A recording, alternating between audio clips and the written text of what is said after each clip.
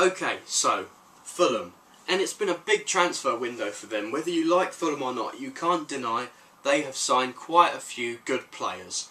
And if we start off with the players they've signed, Martin Stekelenburg, number 1, brilliant goalkeeper. He's been the Netherlands number 1 for as long as I can remember, going all the way back to when Van der Sar was in goal for them. So he's been their number 1 for a while. Has moved around their club, clubs a little bit. Excuse me again, God, I'm burping all the time today. Has moved around clubs a little bit. He's been at Ajax, I believe it was Ajax. He's been at Roma. Now he's with Fulham. Think if he stays fit, he's going to do well. He's obviously a replacement for Mark Schwarzer, who's gone to Chelsea.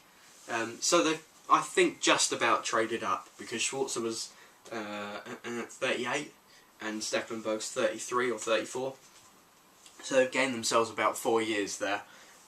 Scott Parker, £3.5 million signing from Tottenham. If he still has it, that's a bargain, because he's now 32. And when he moved to Tottenham at the age of 30, that was £5 million, and I believe that was a bargain because he played really well for them. If he plays really well for Fulham, again, it's going to be a bargain. If he starts dropping off early, not sure whether that's going to be a good bit of business or not. If we keep looking down the list, the next one I want to talk about, Fernando Ambioreta from Athletic Bilbao. Now, he's a 6-foot, tough tackling defender from Spain, so he can read the game extremely well.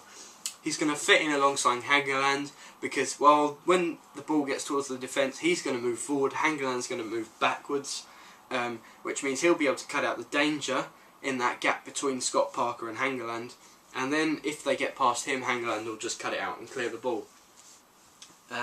He's a good signing on a free transfer as well.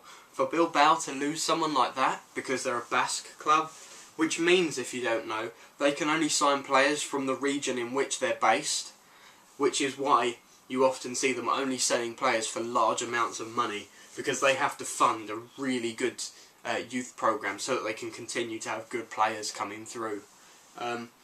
So for him to leave on a free, that's a really good bit of business for Fulham, and obviously Bilbao thought they had someone to replace him with.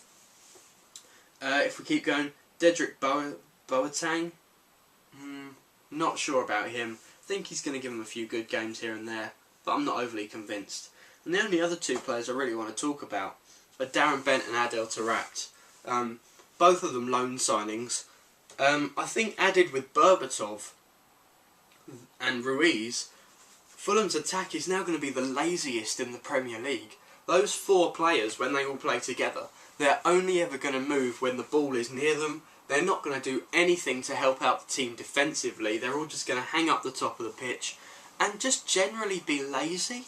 I really think that Fulham are in trouble this year if those 4 have the same attitude they've had for the rest of their footballing careers, because they're just going to sit up in attack and not do a lot.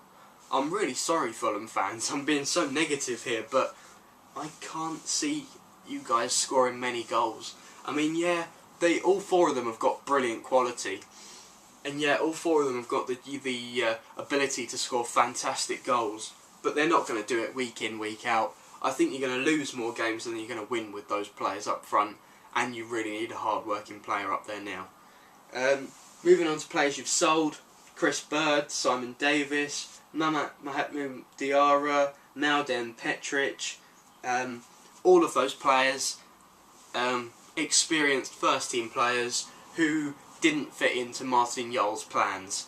So they've dropped out the team. Many of them have played over 100 games for Fulham. So I don't know how the fans are feeling, losing some players that have really been associated with the club for a long time. Personally, I think Mahatma Diarra is the biggest loss, because didn't he play for Real Madrid or something? And anyone who plays for Real Madrid is a top player, in my books anyway, because it's the Galacticos, isn't it?